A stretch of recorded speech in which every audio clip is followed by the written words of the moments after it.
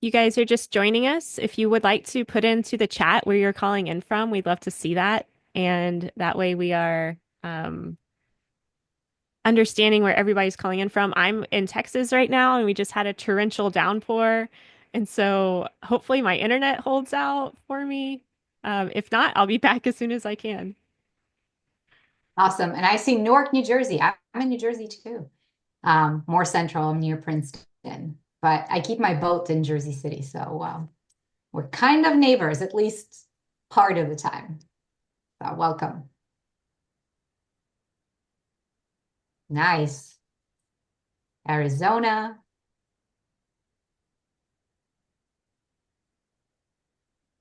Rhode Island. Awesome. These are all terrific places, by the way. Louisiana, Kentucky. Wow. Very nice. Florida. You probably have the best weather of all of us.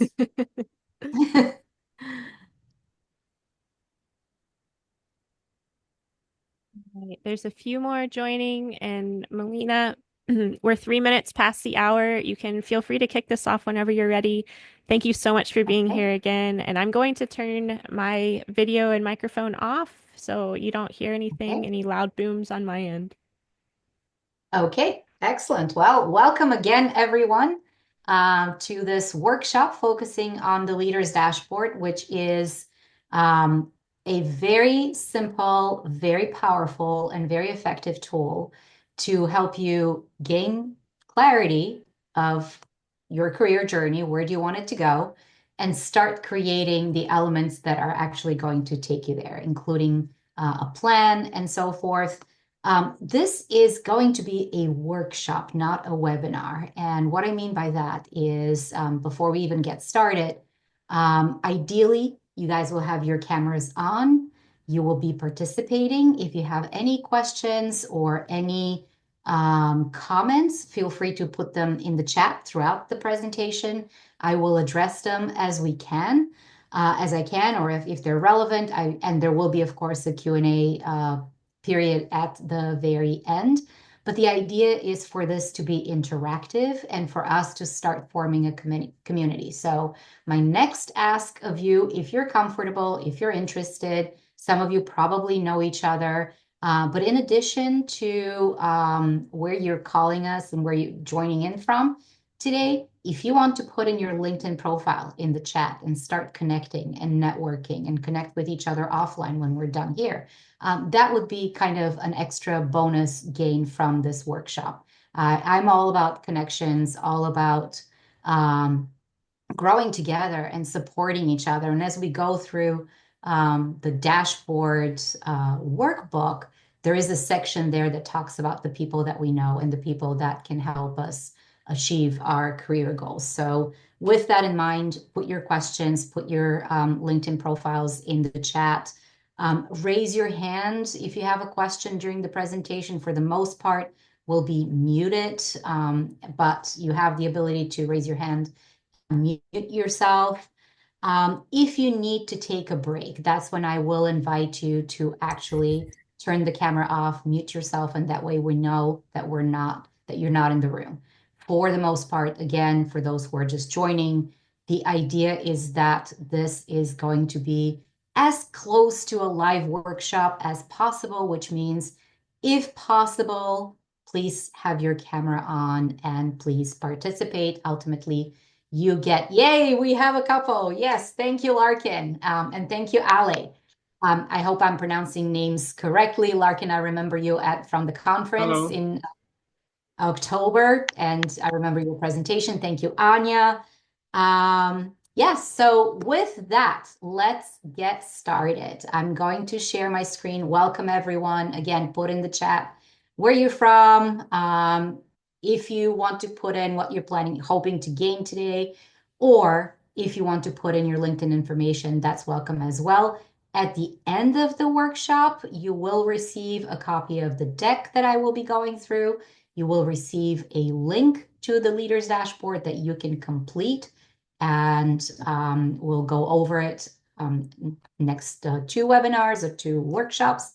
And yeah, so I really look forward to getting this going. Oh, and you will receive a copy of the chat as well. So put in your information if you miss something, if you are miss somebody's link or whatever, you will get that as well. So let me start sharing. And Christine, if for some reason you can't see it, that means people can't see it. So let's talk. I'm assuming that we all can see the dashboard, right? Yes, can see your Excellent. screen. Terrific. So welcome again, everyone. You see the screen, you see the intro. Yes.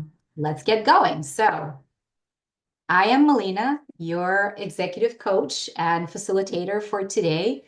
By way of introduction, I will actually start from the bottom. So I've had three career changes over my lifetime in the professional world. I started as a business journalist, worked for one organization, Reuters, that's like this big global news agency, traveled with them to a few places, then moved on to CNN, and I rose through the ranks. And at the end of my career there, I was also becoming a mom, and I was on call 24/7. Back then, I don't know how it is now, but back then, when you worked for CNN, they told you when they hired you that you have unlimited vacation time. Yay, cool. What that means is no weekends, no holidays, and if you're in any kind of editorial decision-making position, it means you are on call 24/7. So if you want to take Thanksgiving off, you have to take a vacation day off. And even then, if something big happens, if some plane drops out of the sky with some big CEO on the plane, you get a phone call. How are we going to cover that? Who are we going to send? What's our lead? Who are we going to talk to? And it became kind of incompatible with being a mom. So I traded in my journalistic hat and moved to the dark side, entered the world of finance, and embarked on a career first in corporate communications and then marketing, and then eventually strategy and strategic planning. And that actually was my entry into becoming an executive coach, because part of what I did as a strategy executive was working with senior executives and helping them develop their leadership skills, whether it was impactful communications, leadership presence, thinking strategically, and in building trust among their employees. It was so rewarding to see people blossom and their relationships with their teams become deeper and more meaningful and more solid. The one drawback of all of this was that I was in the banking world, and in the banking world, I know that this particular group will appreciate this. In the banking world, most of my clients were the proverbial middle-aged white guys. And while I gained a lot of satisfaction helping these guys become more human and connect and relate better to their colleagues and their teams, my heart kind of ached for, where are the women? How can I help women? So eventually, about 3 years ago, I left the corporate world happily behind, and I moved on, set up my own consultancy. About 80% of my clients are women from a variety of industries, cybersecurity, maritime, finance, retail, fashion, even, which I think is super cool. Um, and we talk about leadership skills, and we talk about how do you set yourself up for success? How do you decide what your goals are? And then how do you make a plan to achieve them that's actually doable? So we went through the career changes. We went through 20 plus years in corporate. As you can see, I'm a big time storyteller. And also, about 6 years ago, I accomplished my childhood dream, which was to learn to sail. I grew up on dry land. I lived most of my life on dry land. And eventually, my kid actually went to sailing camp. Somebody invited him, and they were like, they didn't want to go alone. through that, I got inspired and I learned to sail. I signed up for this race that's going on around the world. As I was training for the race, it's called the Clipper Race. I also discovered a fantastic tool for leadership growth. And I think you guys will appreciate, those of you here who have spent time on ships will appreciate this as I was training this. So this race is, you pay to participate, and they put you in these very uncomfortable 70-foot racing yachts that are built to be heavy, stripped of every piece of comfort, and built to be absolutely manually operated. So every piece of modern sailing equipment is missing on these yachts. You do sail changes. Everything is hanged on, everything is heavy. It takes 5 people to do every evolution, every kind of maneuver. And it's cold, it's wet down below. You cook for 20 people. I personally, when it was my watch to be on heads duty, have been mopping with a teacup stuff from the heads because we were on, on a poor tack where it wasn't draining properly, and yeah, here I am, this like shishi corporate girl. I've done it. And what happens in that environment is that you end up building camaraderie. You end up building trust. Even the people that maybe you don't like, you learn how to work with them together as a team because nothing on those boats, nothing could be done by a single person alone. Everything takes teamwork.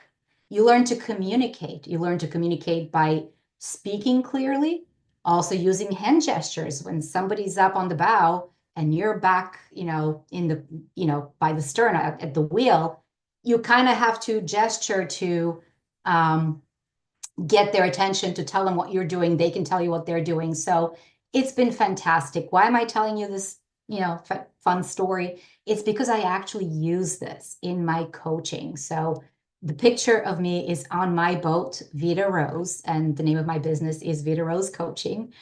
Vida and Rose are 2 dogs, by the way, and it just has a nice ring to it. Vida was my doggie when I was a kid. Rosie was my kid's dog. And I take people sailing from corporate environments, not sailors, not maritime people.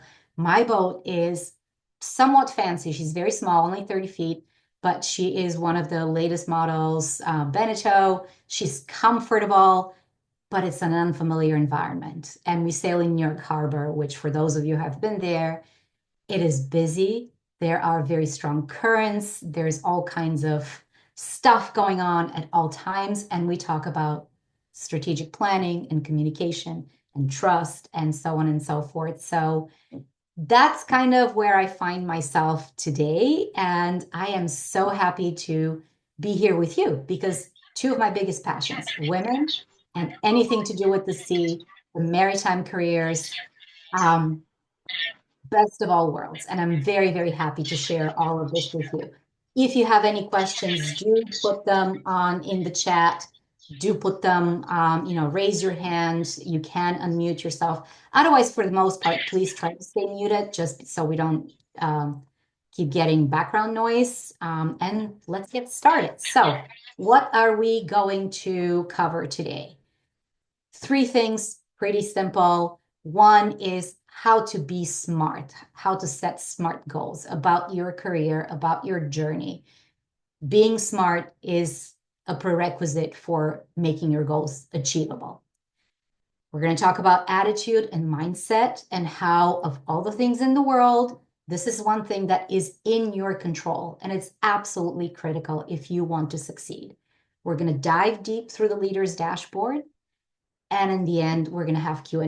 And in the meantime, if you have questions, I am keeping tabs on the chat as well, and I may sometimes interject and answer questions. So feel free during the presentation to put your questions in the chat. Okay, so we're going to walk away again, knowing how to be strategic, how to set goals that we can actually accomplish, gain an understanding of how our attitude translates into our own success, dive deep through the dashboard. And if you have your own learning objective, in the form of a question or something that you want to get out of this, put it in the chat or write it down for yourself and kind of listen to everything and participate from the perspective of how does this align with what I want to get out of this. The whole idea is to help you define your own success and get something out of this that is actually useful for yourself. So let's get started. How many of you maybe let's do like a show of hands or, reactions. How many of you know what SMART goals are? It's excellent, excellent, excellent, awesome. Again, very, very simple concept. Every goal you set, whether it's a big, lofty, future dream type of thing, or what you want to accomplish in the next 3 months, going through the prism of SMART is the best way to ensure that actually it's doable, it's achievable, and you are taking the steps that it takes to get there. So I will go through each of the letters that make the acronym SMART. And in the meantime, I invite you all for yourself to do a little reflection. We only have an hour. We're not going to do breakout rooms, polls, activities, and whatnot. But for yourselves, think about an area of your life that currently is undergoing change. You're graduating from school and moving into a professional career. You're moving homes. You're moving in and out of relationships. You're changing jobs, whatever that may be. And and it's kind of a transition into also our attitude and mindset. What's something good that you expect to gain out of it? Even if it's a tough, let's say it's a breakup or you're losing something, what's something good that you expect might come out of this? What are you hoping to gain? Try to put a time frame around it and try to kind of think about how will you know that you got there, that you got something good? How will you measure? So with that, let me run through the SMART goals just very quickly.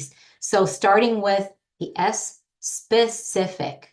The more concrete you are, the more you can define what you want to achieve, and you can explain it very simply. And if you're telling someone, they will understand what you're after. That's what makes your goal specific. You know what you want to do. You want to travel from A to B. Very simple to explain. And then you again go into measurable. How are you going to measure success? Well, first you need to define it. If we say, my goal is to get from A to B, success will be when I arrive at B. And you can track progress. I'm a third of the way there. I'm 2/3 of the way there. I've arrived. Yay. Cool. Success. It has to be achievable. It has to be realistic. So if you have a big, lofty goal to one day own your own shipping company, obviously you're not going to start there. What are breaking down into small components? What is the first step? Is it moving from deckhand to officer to first mate to captain? So you've been through all the roles. Is it trying different kind of roles? Is it going both from working at sea to working on shore, understanding the logistics, the complexities, all the elements that go into owning your own shipping company? Whatever it is, break it down, make the steps achievable. Each big SMART goal can be broken into smaller SMART goals so that, again, you're progressing. Obviously, it has to be relevant, aligned with your mission. If your mission is to get to being a shipping company owner, well, don't sign up for a gardening class. That's probably not going to get you there, right? It has to be relevant to whatever that it is that your goal. And it has to be time bound so that, again, you can measure the success. You can say, well, okay, within the next year, I'm going to move 3 ranks up on the ship that I'm currently on. Whatever is realistic, it has to be realistic. Set those goals. Know what you want. I'm going to sign up for X class that I'm going to graduate from next semester, time bound. So these are SMART goals. Anything you do in your life, in your profession, try to be smart about it. It's very useful. It's very simple. And it's motivating as well, because it's very easy to look back and say, oh, I've come this far. I'm moving forward. I'm achieving. Moving on to attitude and mindset. Whether you achieve your goals or not depends on two things. One is you, and one is, of course, what the world throws at you, which you have no control over. So here we're going to focus on you. Your attitude, your mindset is how you react to situations around you, how you perceive your own position in the world, and what you make out of it. And it's a critical component. If you see things through a positive lens, even failures, if you go on a job interview, for example, and you fail, you don't get the job, right? So that's a failure. You could say, oh, no, I'm not good enough. I'm not there yet. I'm never meant to be, whatever. Or you could say, okay, I didn't get this job, but what I got through the process is now I know what they're looking for. And now I know that of the, let's say 5 skills that they're looking for, I'm terrific at 3 of them, but the other 2 I need to work on. And you go back to the SMART goals and say, skill number 1, I'm going to practice this. I know exactly who's going to help me learn this. I'm going to get there. So that's the attitude. That's the reframing. It's not a failure. It's a lesson learned, and it's an opportunity to get better each and every time. And you can choose it. That's entirely, entirely in your control. So anytime something unpleasant, something bad, something that you think is disastrous happens to you, something that you think, oh my God, it's the end of the world, it's not. It's not. It's how you think about it. Try to take a pause, take a deep breath, reframe it, and look at yourself maybe a year from now when this thing is happening. Where will you be? What will that look like? And how will the lessons learned from the current disaster help you to get smart and get there in a year's time or however long? Attitudes are contagious. You walk into a room with a smile, you walk into a room saying hello to everyone. People catch that. I walking a dog down the street, you meet other people with dogs. They say hello and you start chatting and you meet them and you suddenly your dog has a play buddy, but you've met this neighbor that, was living there 10 years, as long as you have, and you never met before. So make your attitude contagious. Make your attitude one that people want to catch. And same thing is when your attitude is contagious, the one you project is the one that comes back to you. If you walk into a room and you're sour and you're depleted of energy, and all you have to say is, this is going wrong, that's not right, this is bad, well, that's what you're going to get back from people. You're going to get their complaints. You're going to get their negativity. Do you really need this? The more positive you are, the more effective you are in your life, in your relationships with people. And when I talk about relationships, careers are 99% based on relationships, who you can impress, develop as a network partner, as a mentor, as a champion. And, your attitude is what gets you there, what gets people to remember you positively. And it's always showing. So again, when you walk into any kind of room, from a coffee shop to getting on board to, going to a conference or even a workshop like today's, it shows how much you participate, how much I'm seeing some of you, not everybody on my screen, but I see the ones that are nodding and I see the ones that are like looking something else. It kind of shows. Doesn't matter to me right now, but pay attention to it when you are in a room with people, especially people who matter to you and to your career. So with that, let's go into the leader's dashboard. When I was doing my training to become an executive coach, this was one of the tools that, we got a lot of techniques and tools and workbooks and assessments, personality things. This was one that was by far one of the shortest, the simplest, and the most powerful. And here's why. Its purpose is to help you get to know yourself better, to create clarity about what is it that you want, what is your focus, what are your goals professionally. And as you're filling it out, as you're going through the layers and the elements, you kind of gain a better understanding. And it often happens, it's not infrequent, where, I give this to a client and they start filling it out, and it starts with vision, mission, blah, blah, blah. We move down, we'll go into greater detail on that later. You fill all that, you get to the end, and it's like, wait a minute, maybe that's not really my vision. Maybe that's not really my mission. Let me go back and redo it and recycle it. So that's the purpose. The best time frame within the dashboard is effective is next 3 to 5 years max. So not, 10, 15, 20, long term, you want to retire as a CEO.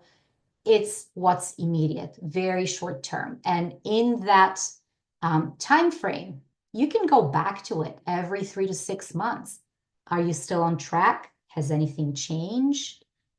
What can you update? Sometimes you go back and you look at it and say, yeah, cool. I'm moving along. I'm making progress. I'm exactly where I thought I would be in 3 months. Here's my next 3 months. Or you can, again, adjust, shift. Those of you who sail, the wind changes, you change your trim, you change your tack, and you move forward.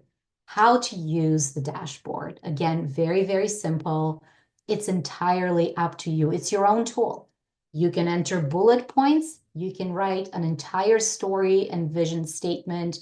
You can describe your perfect day, your goal as a perfect day, and you can track your progress, and you can open your mind and your eyes and your ears to opportunities that now that you have this clarity, somebody mentions that, hey, I know someone who's looking for such and such.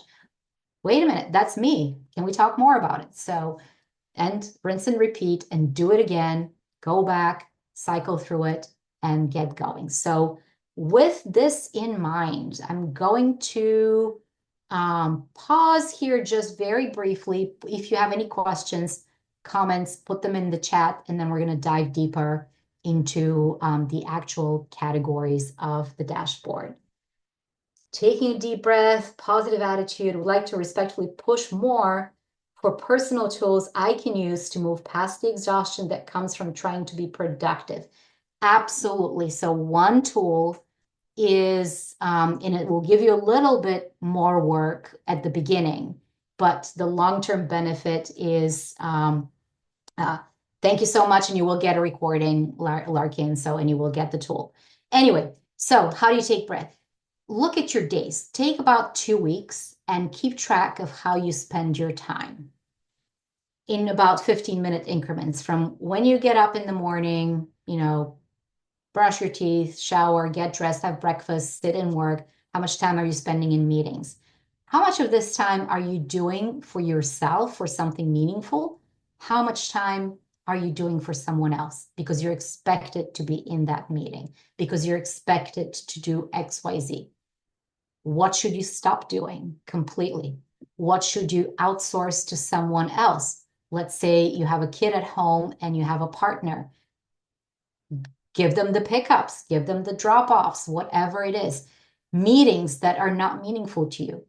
Just say, I'm sorry, I'm busy at this particular time. If there are any takeaways, please drop them in an email and I will address them. You don't have to be everywhere at all times just because someone else said so.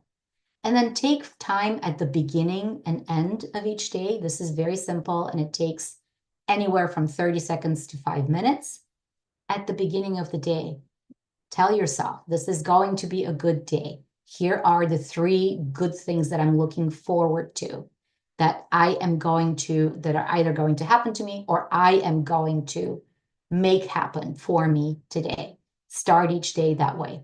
At the end of the day, what are three good things that made this day worthwhile for you? Whether it's the things you had in mind in the morning, or it could be something else at the very end of the day. But do a little scope of what are some good things that happened to me? And then think about the bad things. Were they really that bad?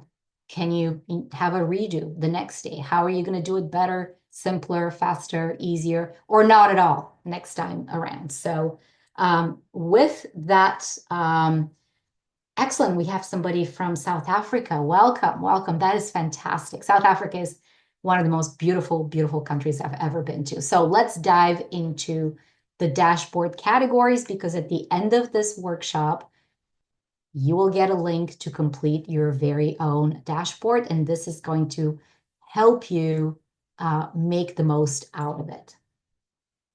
So the first category in the dashboard is your vision. What is your vision? Your vision is your perfect role, your perfect job, your perfect life situation, and let's say captured in one perfect average day. So think of it from the point of view, if it could be anything, what would that be? What does that look like? What role do you have?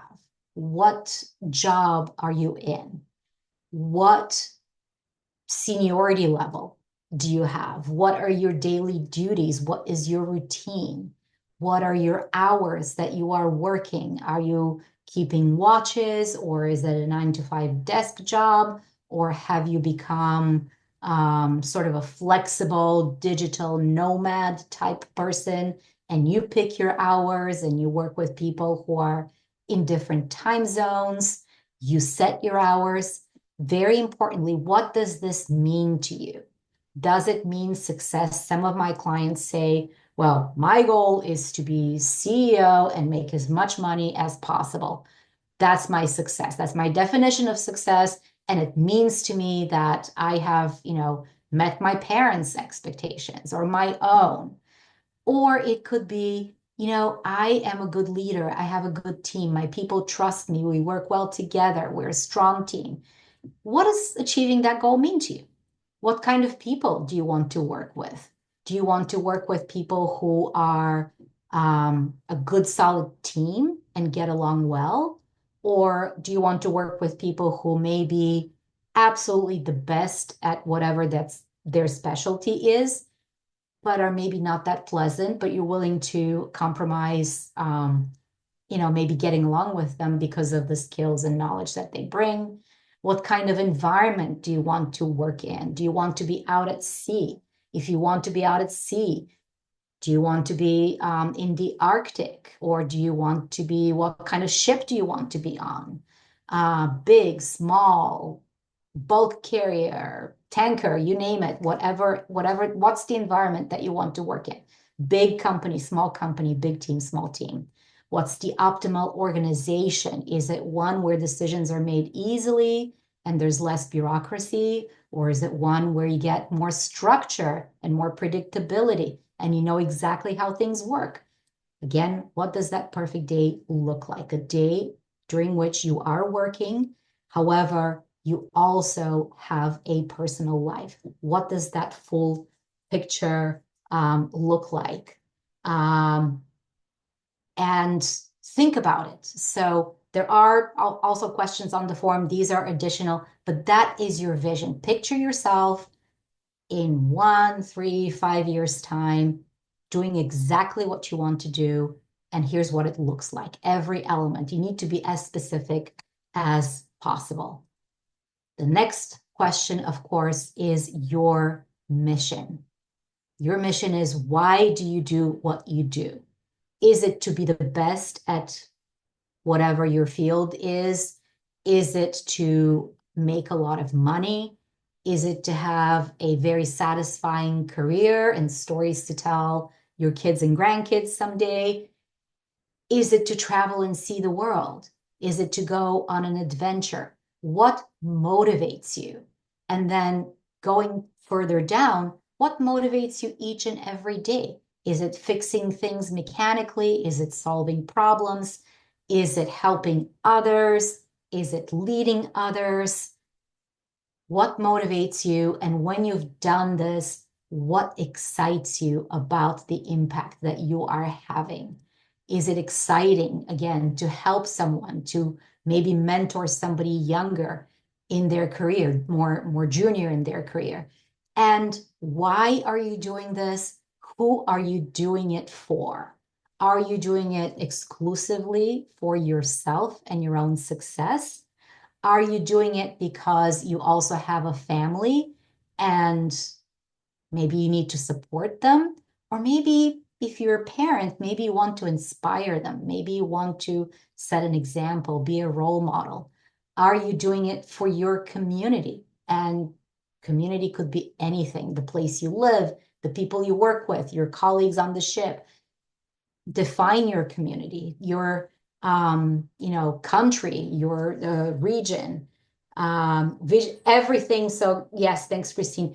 Everything here is basically forward looking. So yes, vision is forward looking. It's a day in the future. It's a moment in the future where you picture yourself.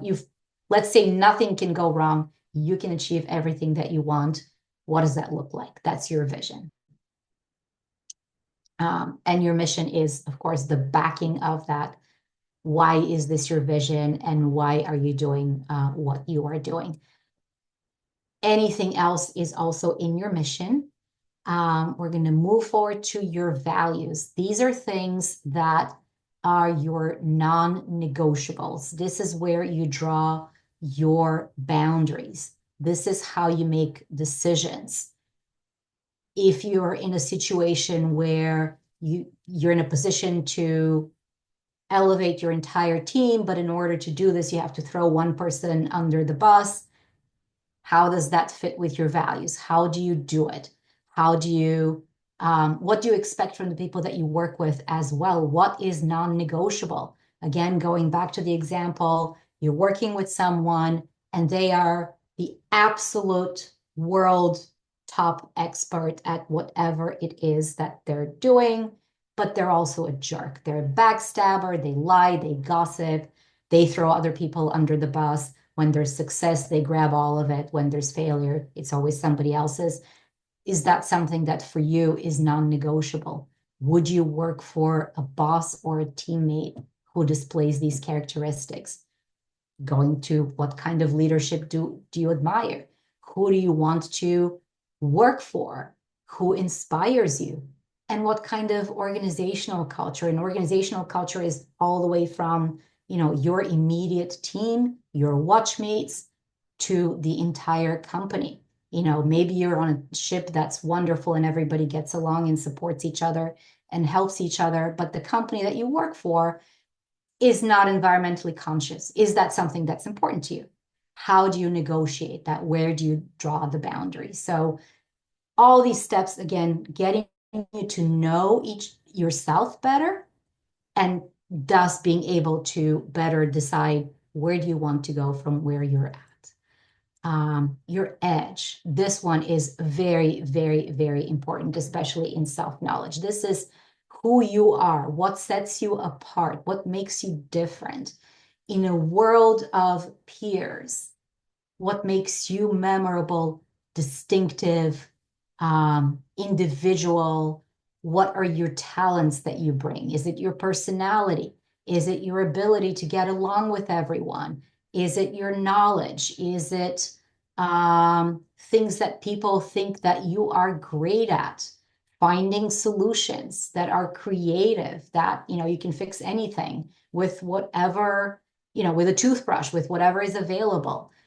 What do you want to be known for? When you know your edge, you're able to present yourself better to potential employers. You're able to build that personal brand that we often talk about, that makes you, again, memorable, powerful. What gets you these jobs? How do you stand up from the competition? If there's three of you running for the same position, you all have the same education, same level of experience. Why would they hire you? That's your edge. The next, also very, very important category is what I call your power base. Your power base are the people who are your champions, your mentors, your supporters, your employers, the people who can help you achieve your goal, who are there to say your name in a room when you're not in the room, or the people who are there to think of you and tell you of opportunities that they're aware of that you would be a good fit for. So, who are these most important people? Is it your boss? Do you need a good review to be able to advance? Is it your mentors, your sponsors, your allies, your champions? And I'm hoping you know the difference between those. Your mentor is somebody that, you can meet with and they share their experience and you share yours, and they help you grow. Your sponsor is someone who's actually going to put your application forward, who's going to say, yes, you're up for a promotion. Yes, you would be a good fit for that role. Your allies and champions are just people who will cheer for you, who will say, yes, I want another woman on board of this ship. I want, so and so to succeed. And your supporters could be your closest circle of friends, your family, the people that you can share your triumphs and your failures and your successes and your, low points with. People who are your sounding boards, where someone you can talk to and tell them that, well, you're thinking about this particular job and you feel like you only have 60% of the what's required. But should you go for it or not? Somebody that will say, well, here's what it will look like. Here's how you can go. How broad is your professional network? I mean, I will say Women Offshore. I'm going to put a plug here for Women Offshore. It's one of the most fantastic professional networks for women in this industry. There are senior people, there are young people, there are people with vast arrays of experiences. Build on that. Get into the mentoring program. Build that power base. You never know. I will tell you how I got my first job. I'm actually originally from Bulgaria, and I came into this country many, many years ago on a Fulbright scholarship. And through that, to study journalism. Through that, they have this network of other Fulbrighters from all over the world studying all kinds of different things. And when I graduated, I had the option to stay for additional 18 months as a practical experience for which I needed a job. It was either that or go back to Bulgaria. And I talked to my friends. And the way I got my first job is I had this friend who was from Thailand. Now, I'm from Bulgaria studying journalism, and I'm looking for a job somewhere in some kind of media company. I have this friend from Thailand who is doing a PhD in hotel management. I didn't even know there was such a thing as PhD in hotel management. His dream was to set up some buy land and set up an ecological resort up in Thailand or over in Thailand. But we became good friends. And when I told him, here's what I'm trying to do, he said, oh, I know this guy. And he knew some guy from China who had been working at the Reuters news agency who said, yeah, sure, I can get you an interview. Come on in, I'll talk to my boss, and, connect the two of you. And I went in for an interview and I got the job from the unlikeliest possible, nothing in common geographically, culturally, other than, we're both two foreigners, in New York City trying to make sense out of it. So cast a very, very wide net in this network professionally as well as outside of it.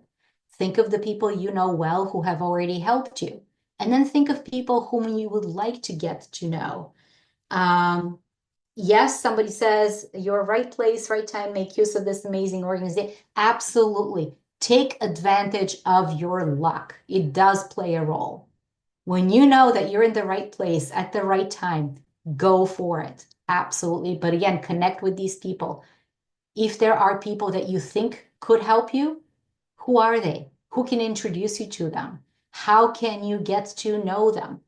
Go all in every direction, up, down, across, outside, in and out of your professional circle as well. And that's your power base. Those are the people that will help propel you to wherever it is that you want to get. your initiatives. What are you working on at this point in time? What are the important projects that will showcase that you have what it takes to get to that next job? What are the projects or things that you want to do that will help you gain the skills, the experience, the knowledge that you need? If you could come up with some sort of project, what would it be that you need, that you have to have this on your resume so you can move to whatever? What would it be? How would you get there? Don't be quiet about it. Talk to people about, mention it. Talk to your boss, talk to your friends, your entire network. What are the stretch assignments that you may be applying for? If somebody puts a challenging project, do you sit and think, oh, I don't have what it takes to be a part of this? Or do you actually say, hey, I have about 50% of the talent, but I'm willing to give it a try. And I will work harder than anybody else, and I will put in the effort, and I will make it happen. I had a recent example, actually. There's another women's organization called Lean In. I lead a circle there, and one of the women that was part of the circle wanted to move into marketing. She had some sort of operational job, and she wanted to move into marketing. And with the support and the cheerleading from the circle, we said, look, go for it, apply for the job. It says, you need 10 years of marketing experience to be there. It's a promotion and it's a new field. Are you like super duper qualified for it? Absolutely not, but go for it. She did. She didn't get the job, but what she did get out of it is the person that was hiring was so impressed that they said, hey, you can't get the job right now, but I will give you 2 years of training, 2 years of job shadow. I will personally be your mentor to prepare you so that the next time this position becomes available, or one that may be more suitable to where you are, it will be yours because you will be ready. So again, go for it. Push yourself, take those stretch assignments. Going back to the first thing we discussed, be smart about it though. Are they relevant? Are they time bound? Are they very concrete? So something to think about as you fill out your dashboard. Performance metrics. How do you measure success? You decide. Is it the amount of money that you're making? Is it progressing through the ranks? Is it getting a broad range of experiences? Maybe at the same level, you're not moving up, but you are broadening your expertise. How do you measure success for yourself? Is your basically performance metrics. You decide on them and then you track them. This is how you know that you're moving forward. You're achieving something. Opportunities. Opportunities are everywhere if you keep your eyes open for them. And if you sit down and start thinking, well, what's an opportunity for me? Is it gaining an experience? Is it working on a specific project? Is it having a skill? What behaviors and attitudes can I build on? What should I be doing more of, less of? Change how I'm doing it, refine it, learn it. How do I, if I want to be a captain, I need to be a manager. I need to learn how to manage people, how to deliver difficult messages, how to encourage them in tough situations. Do you need training? What kind of training is that? How do you get to it? Sign up, or find it. What social, and going back to Women Offshore, what networks should you be part of?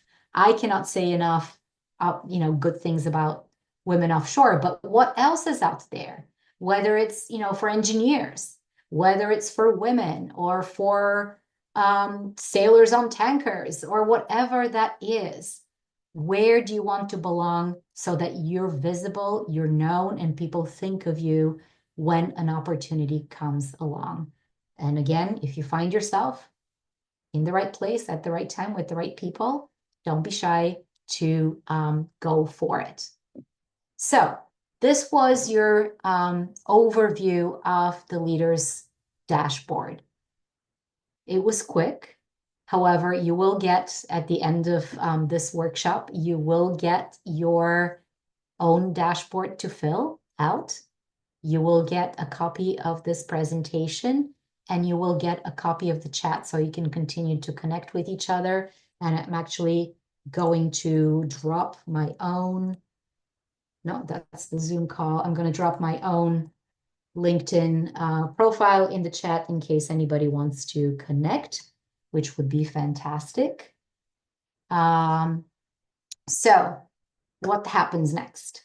You will get your dashboard. Please fill it out. And my suggestion and advice to you would be don't do it in one sitting. Kind of fill it out before you hit submit, or you can hit submit and then go back to it. You have until March 1st, maybe 2 or 3 times. Keep refining, keep figuring out what it is. Come back for the second workshop in this series a little more than a month from now on March 25th.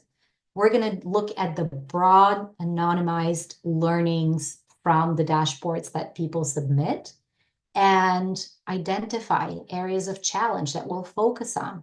We'll identify opportunities to focus on, and we'll talk more about reframing your thinking, overcoming limiting beliefs. And the limiting belief is not just, oh, I'm not good enough. It's also, well, someday I will. Someday is not a day. Is it tomorrow? Is it next week? Is it next month, in 3 years, whatever? And I'll give you tools and techniques how to develop resilience, because inevitably in every life, in every career, in every sailing voyage, there will be ups and there will be downs. And we need to have that resilience to be able to move forward. Our final workshop on the 24th will be fully interactive, and you will get one-on-one attention. So all your questions will be answered, and we'll start building that plan for you. The dashboard is kind of the foundation for where you want to go. In that last workshop, we'll actually say, here are the next steps, and here's how fast and how soon, and here's who's going to help you, and all of that. So with that in mind, maybe Christine, you could unmute everybody and let's just have a conversation. Any questions, any challenges, share what brought you here. What's your goal? Where do you want to go on your own professional journey? Thank you so much, Melina. I have the settings where if you'd like to come off mute and talk to Melina, you are able to. And I just am really excited to start the next conversation of on March 25th, we get to come back with our leaders dashboard filled out and prepared. And then it's going to come through a Google Doc. So you're going to be able to see our responses and be able to look at common trends within this group of what we're saying, what our limiting beliefs might be as a whole, and then help us overcome those. So that's really exciting. I'm personally excited for this to do the work myself. And I hope that there's more in this room as well. So if anyone has anything to say, now is your time. And while we're actually waiting for questions, I will share just a quick preview of what the dashboard will look like. It will come to you as a link to a Google form. So you can see all the categories that we talked about. You can put in your answers. They can be as long as you want. And at the end of it, you hit submit. You can go back and you can change your answers. The only thing is the deadline is March 1st, so that I will have time to analyze and compile anonymized data from the dashboard. So I see people are starting to put in their LinkedIn profiles. That is fantastic. Build your network. All of us here today, whoever showed up, let's be part of each other's networks. You never know. You never know. And, next time when um, are somewhere at a Women Offshore event, conference maybe, or on a ship somewhere in some foreign port, foreign to you, of course, we're all from different places, and you run into someone, how cool is that? How nice is that? And you can share experiences and stories and memories and so forth. Thank you, Rachel. Thank you. Absolutely. Yes, absolutely, Sandy. Let's connect again. Reach out to me by LinkedIn, or I will copy your email address. Absolutely. By the way, my very first offshore voyage was with Meg Riley, who is part of the Magenta Project. I'm sure you know her. So yeah, let's definitely connect. This is how opportunities happen. Talk to people. Melina, there was a lot of things that you said today that I hadn't really thought about as far as one big thing, which I talked to my young daughter about, is our attitude and our mindset and how we're in control of that and making sure that we're keeping all of our own emotions and realizing that nobody's forcing us to feel a certain way. And so thank you for bringing that up again and letting us realize that like the attitude that we bring into a room and into a situation really does have a huge impact on what the future looks like for us. So thanks for just setting that groundwork. I think that that's always good to hear. And then I also just wanted to do a plug for March 18th. We're having another webinar before we get back together with you on March 25th. We are meeting on March 18th with the Thoughtful Company, and they're an amazing resource out of Canada that put on webinars and workshops. And their topic is going to be advocating for yourself at work. And so this is also another great topic of just giving us a toolbox to go into hard work situations and thrive. And so make sure you register for that event on the Women Offshore website as well. Absolutely. So, yes, if there are no questions, feel free to reach out outside of this. Sometimes, regardless of all the invitations and prompts, we are a little bit shy. We don't want to share our question with the rest of the world. So, feel free to reach out. I very much look forward to seeing how you progress with your own dashboards and going through them with you on the 25th and then maybe one-on-one in April as well. So thank you for this amazing, fantastic opportunity. Christine, thank you for everybody who showed up. Thank you for everyone who bravely kept their cameras on the entire time. And bless you, Chelsea.